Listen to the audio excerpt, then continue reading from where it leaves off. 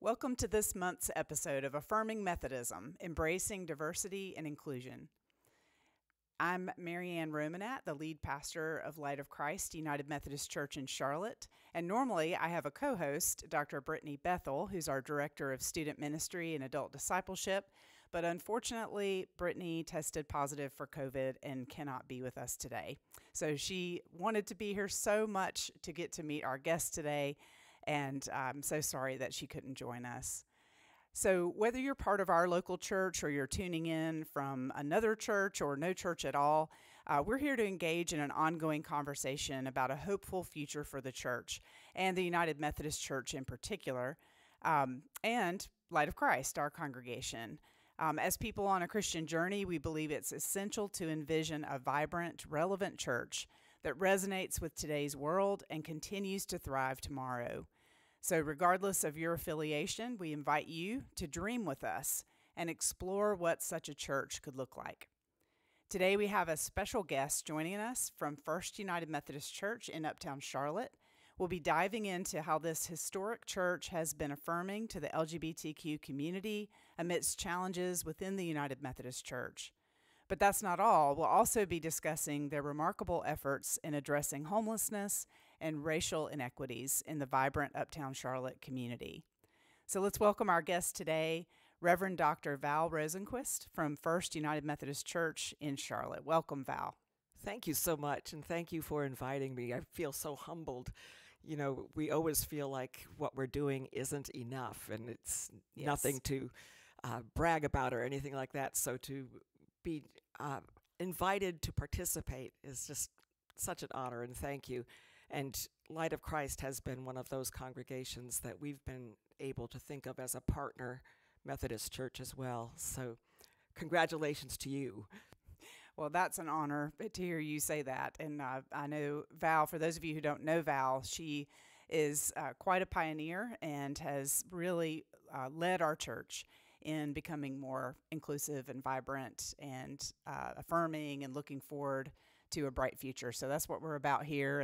And we started this podcast so that we could talk about that. And we think that there are a lot of people who are interested in this conversation. And we know we are here at Light of Christ. So to start, could you tell our listeners a bit about your journey, how you've been affirming to the LGBTQ community within the broader context of the United Methodist Church on this issue? Sure. I've worked with the LGBTQ community for years. Before, when I was working with the Duke Endowment, this was one of my areas, and worked with RAIN. And that's when I first met the folks at First Methodist, actually, because RAIN, the Regional AIDS Interfaith Network, was housed at First Methodist at that point. And I've just worked with LGBTQ folks and allies for decades, from when I first started ministry and before. And so when I was appointed to First Methodist, that was a logical place for me to be. They had long been, for decades, had been a church that was a pioneer in inclusivity and especially in making sure that they were a welcoming congregation. So I was picking up something that had already started there. In fact, they'd become a reconciling church in 2014, which was the year before I got there, and had gone through that discernment process already. And for that church, it was a discernment, but it was one of those, it was so obvious what they were about, and so it was not a great struggle for that vote. It was unanimous. And so they have been a congregation ever since, and even before that, that has been proud of the inclusivity. And we've made sure that we are out there whenever there's a statement to be made, or if we can be there in person to help be a witness, then we're going to be there. And so we host Pride on the steps, and this year, the last couple of years, we've been able to have a lot of Methodist churches work with us in for the Pride Parade, to be able to just be welcoming to the parade participants and those who are watching. We've been able to work with the interfaith group that MECMIN puts together along with the Pride group to be a host church for the Pride Interfaith service. We've tried to make sure that we are not hiding our light anywhere, and we have banners out front, and we just don't hide the fact that we are inclusive, that we're welcoming. Yeah, definitely, and I will say that it was really exciting to me to be part of that group at the Pride Parade this year for the first time, and I was really grateful and kind of had a lump in my throat during that time for the people like yourself and others who have really encouraged all of us and led the way. So thank you for that, and thank you for being so hospitable and welcoming us. We had a lot of folks out there who were really excited to show hospitality and try to be a healing presence rather than a harmful presence. Right. So I know Brittany has told me that she's been very encouraged by you and by First UMC, just as an LGBTQ individual who has worked in the church for many years and really never felt that she could be fully herself, and now has found a lot of hope in being part of this community where she can be fully herself, and not only that, but just seeing a future for herself in the church, which she is obviously called to be a leader, and we're so grateful for her ministry. So can you share some of the specific initiatives or programs that your church has implemented to make LGBTQ individuals feel welcome and valued? Well, we certainly have LGBTQ individuals who are in leadership roles, and that's just a natural to us. You know, it's not something that we're seeking out to make sure that we have the right ratio or anything like that. There are so many people that with such great skills. And one of the things that has broken my heart about the Methodist Church is, as you say, so many people who are called to ministry and who have had doors closed. Absolutely. So we are trying to open those doors and encourage anybody who is wanting to be a leader to participate in whatever capacity they feel called to. The other thing that we've done is to include same-sex folks in all of our programming, in all of the things that we offer, and that includes weddings. So in 2016, we did one that was very public, and we've done some since then. And I think that move for our church as well, our leadership agreed to do that, to have that wedding in our church with church members who had long been active. And to be a leader in the Methodist community to do that, knowing that there would be repercussions. And one of the things about that event was how many Methodist clergy joined. We had just a big circle of clergy who came to that wedding and who came and stood up at the time that we did the vows. And that was a phenomenal, I think, pinnacle for the church in saying, this is who we are, and we're okay with whatever the fallout might be. And as it turned out, there wasn't a lot of fallout at all, and in fact, it encouraged others, and there is an element of this is who we are, and we are proud of this. And later on that same year, we went through a discernment process at church to look at our goals and visions and that type of thing, and we came up with our 3 Ps, as we called it, and that was to practice inclusivity, to pursue justice, and to promote the arts. To do those things and to be out there and out front with those goals.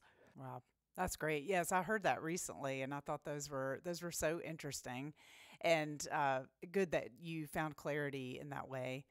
And so at that time when you had, just for those who are not familiar with that wedding, that was, like you said, was very public.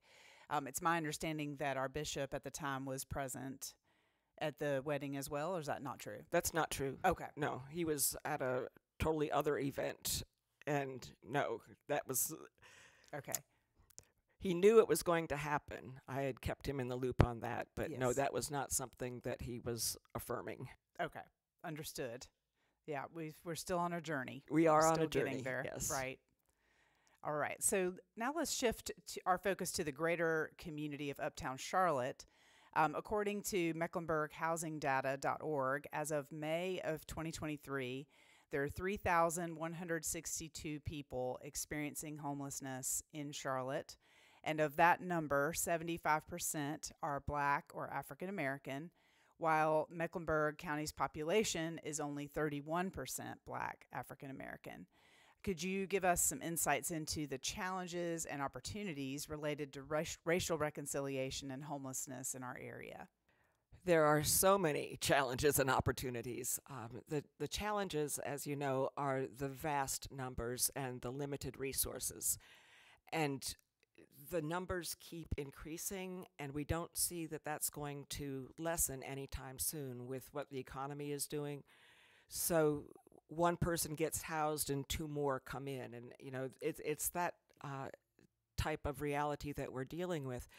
It's very difficult to try to address all of the different issues that affect one's potential, one's circumstances, in order to move them to housing, and housing first, not to wait till mental illness or addiction or anything else is in place, but housing first, and then to have everything else in place to support that person being able to succeed in housing and to succeed in our society. And we have such a history of racism, systemic racism in our city, in our state, in our country.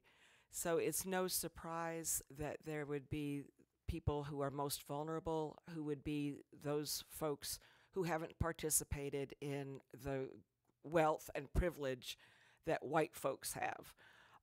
So yes, we do see a majority of people of color come through, and these are folks on all education groups, on all kinds of spectrums of where they came from their economic, financial stability, from their families, people who have run into some hard times versus those who have never known anything but hard times, and their parents have never known anything. And so it's the generational poverty and all of the trauma that accompanies that. So we work in conjunction with Roof Above and several other agencies, trying as a congregation to do what we can to offer support to, especially Roof Above has partnered with us many times for various programs. We've offered the outreach on Sunday mornings, which is a meal, and that's been going on for 12 or 13 years. Jim Trollinger started that, called the Muffin Ministry, and it started out being men who didn't want to do Sunday school, and Jim and like a dozen muffins, and inviting a few people in, or they would find their way in from the street, and offering coffee and muffins. And that has blossomed into a massive breakfast now and I think maybe this past week we might have gotten our record number of maybe Wow. 250, 275. They just kept coming through the door. Wow. And we were running out of food very quickly. And it's more than the food, of course. Yes. It's a warm place or a cool place. Right. It's a place that people know is going to be there. We're open every single Sunday, whether Sunday is Christmas, whether Sunday is a blizzard, whatever, we are open. And so people know to trust. We had to change things around in COVID, but we never closed. We always kept our breakfast open. So it's an institution that can be relied upon. And it's this way that we have, too, of the volunteers being able to visit with, recognize, to be a source of familiarity and sometimes more than that. Sometimes we're able to offer resources. We've been able to get people connected to health care when they've been in really dire straits. We've been able to move in directions with individuals, and that doesn't help the systems at all, but it helps those individuals while we're working on the larger picture. And so several years ago, before COVID, we started an arts program with our homeless neighbors called Street Smarts. Oh, wow. And we had various experts from the community to come in and be doing these art programs. And a few of them really took off. The photography program, if you come to our church, there's all kinds of photos that are up as part of our artwork. Bill Garant, who's a professional photographer and journalist, helped lead that. And then Steve Umberger came in, who's an actor and director, and started working with people around doing a reading, and then that became writing their memoirs, and that became a play, and now it's a documentary called Call Me By My Name. And it's been out there. We've had several showings of that, and those folks who were involved in that production, some of them have moved on to housing, some not yet, but it was a really wonderful way for those with a lived experience to talk about that experience and to interpret it themselves. It's a beautiful piece of work.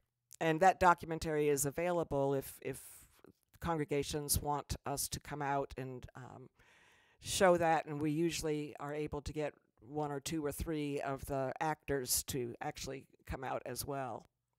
Wow, that is really powerful. I was not aware of that, but I did notice when we were there a few weeks ago some of the photography that you're talking about. Mm-hmm. That's great. Yeah, and the Street Smarts was just, again, it was an incredible event for our congregation to be hosting that and to see it in several different iterations as it expanded and as more and more people were becoming aware of it and wanting to see it. So we did it several times at our church, and then we moved it to theaters and other venues.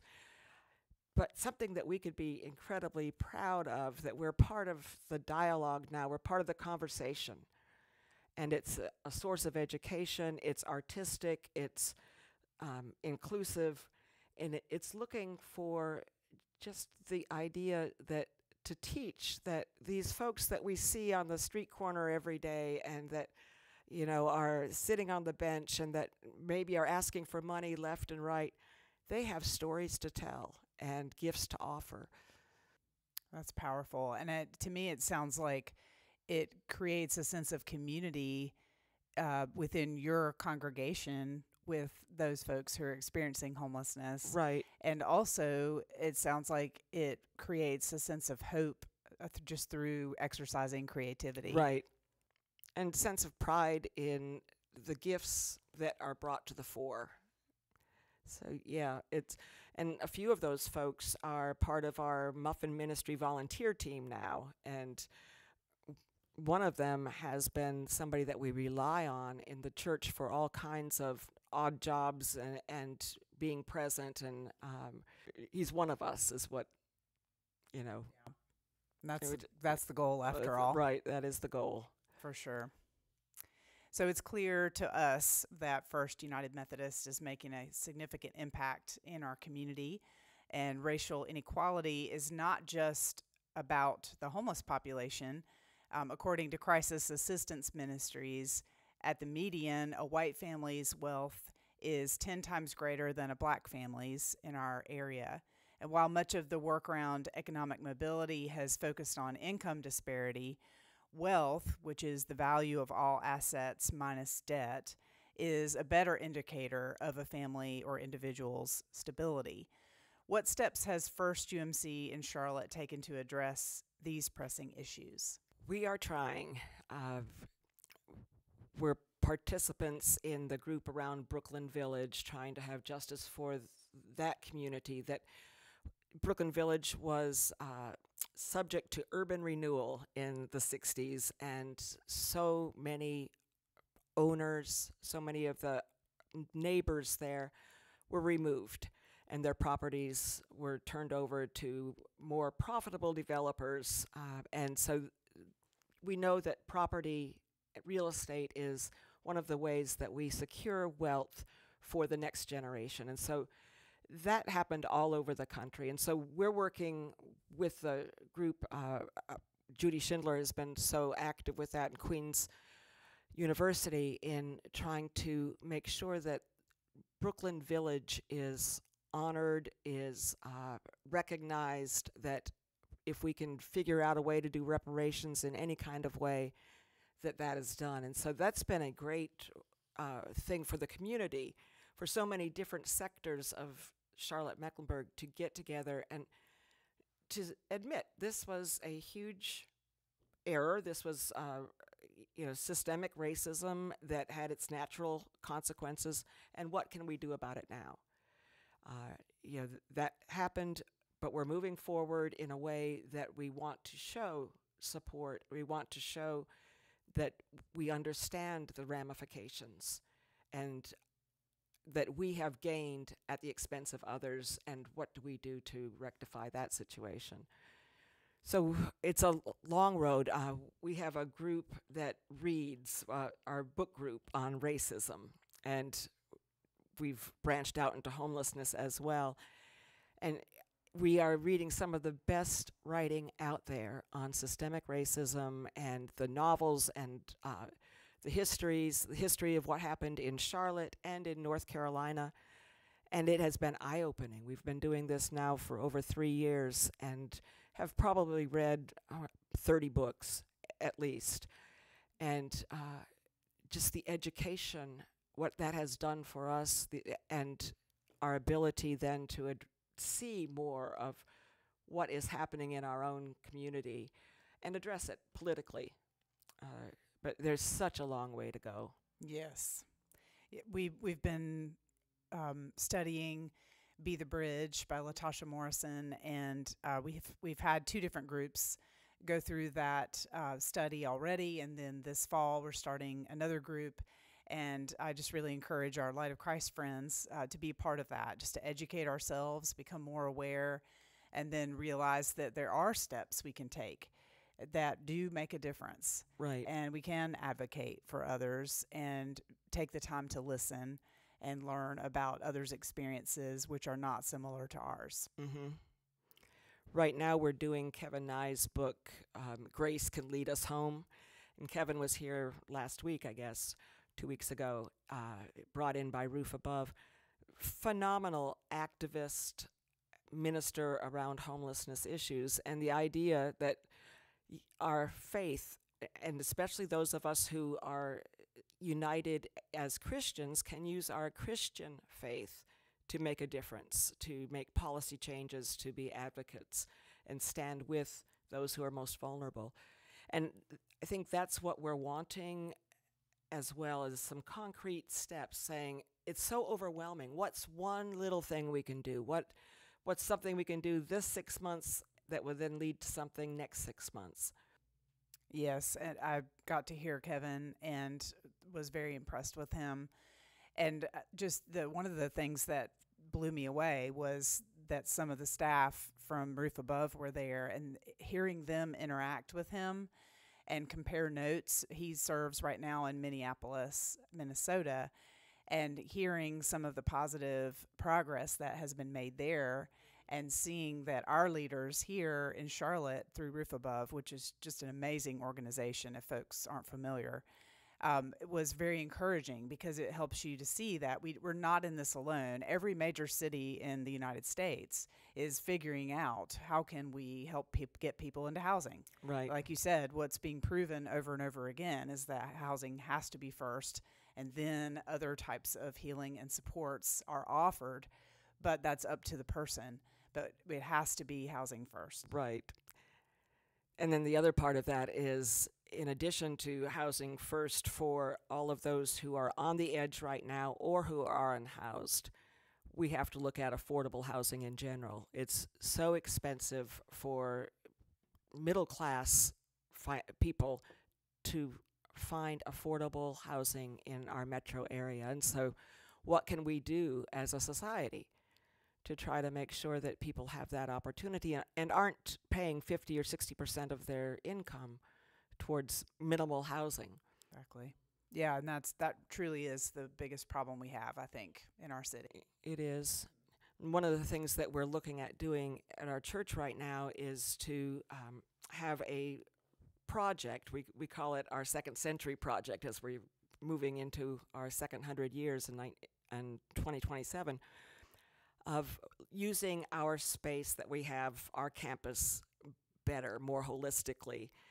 It was designed for the church of the 1920s and 30s, and we're a different church now. And so we're looking at building apartments, and 20% of which would be affordable at various levels of affordability. Just one little thing that a lot of our congregations could do. Uptown congregations are trying to repurpose these vast spaces, and then we have so many suburban congregations that have lots and lots of land. And, what can we do for the greater good? Exactly. And if we work together, we're much more likely to get there. So talk to me about space at First United Methodist. Are there changes that you have made to your space to communicate that you are, in fact, welcoming of all people? We're constantly changing our space, and one of the reasons for that is that we have a variety of groups that are using our space. And so we have one group, the Next Step Clubhouse, which is a day program for developmentally disabled adults. And so we've done some things to make that space more welcoming. In terms of our LGBTQ community, we have a gender-neutral restroom. We did that 4, 5, 6 years ago. Just made it for families, or anybody who wants to use this particular restroom is welcome to, and we give directions to that. We have our banners out front. We have banners within the church itself that proclaim who we are and the values that we support. That's great. All right, and then thinking about the United Methodist Church, in the past 10 years, there's been a lot of change. There's been a lot of hurt and pain that we have experienced. So what are some areas that we can continue to support and move forward in as it pertains to the LGBTQ community? And maybe talk to us a little bit about your hopes for General Conference 2024. Right, and before General Conference in the middle of October of this month, we have what's called Convocation for the Reconciling Ministries Network. We're hosting that at First, and so people from all over the country will be gathering to talk about ways that the United Methodist Church might move now, and ways to ensure that inclusivity, full inclusivity, is part of General Conference, but also for so many of our churches that don't quite know what to do. They don't know how to be welcoming.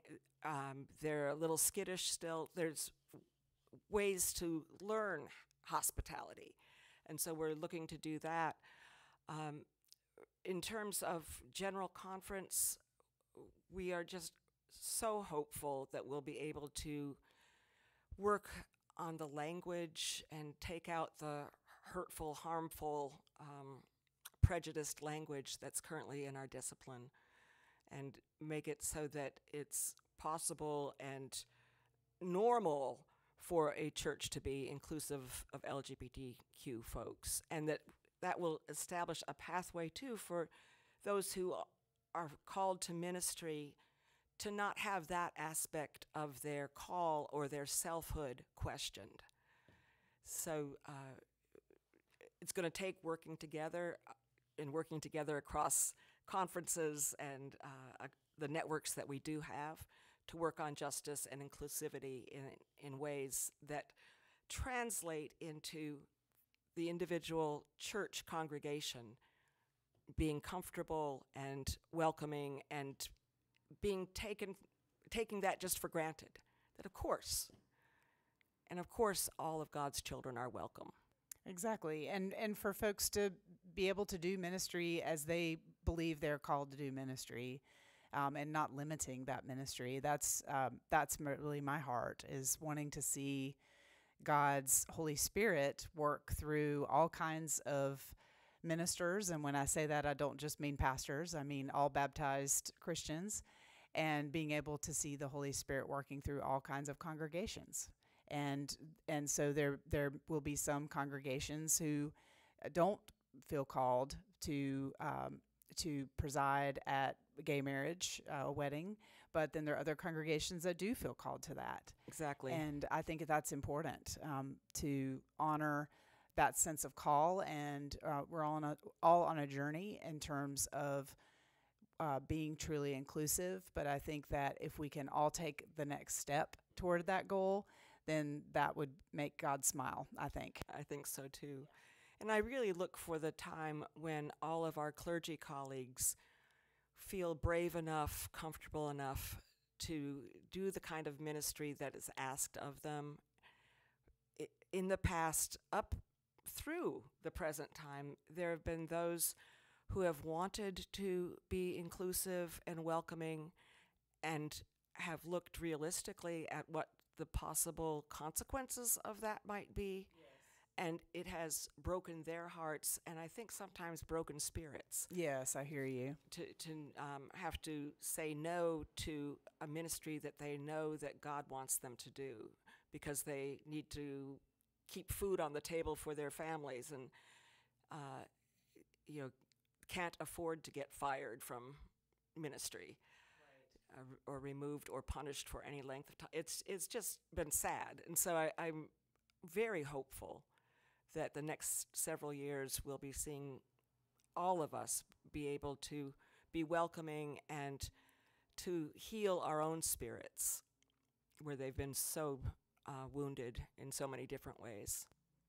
Yes, we're definitely praying for healing and progress with you. So before we wrap up, share with us if there are any ways that those who are listening, both in Uptown Charlotte and beyond, can support your church's mission and the causes that you're about. Sure.